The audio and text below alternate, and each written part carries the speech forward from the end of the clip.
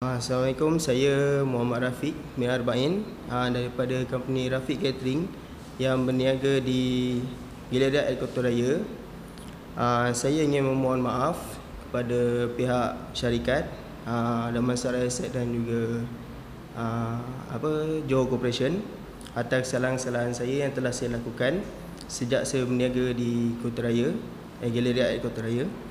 Saya juga minta maaf lah, memang kita minta maaf lah sangat-sangat. Dan saya berterima kasih kepada pihak pengurusan kerana telah menerima mohon maaf saya dan terima saya semula untuk berniaga di Medan Selera di Food Court Galeria Kota Raya. Saya pun menyokong dengan menyokonglah benda yang pihak syarikat, pihak pengurusan buat untuk kami semua.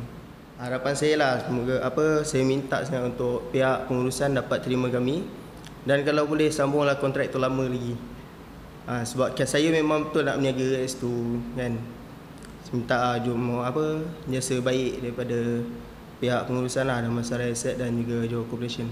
Terima kasih kepada Johor Times sebab bagi saya peluang buat benda ni.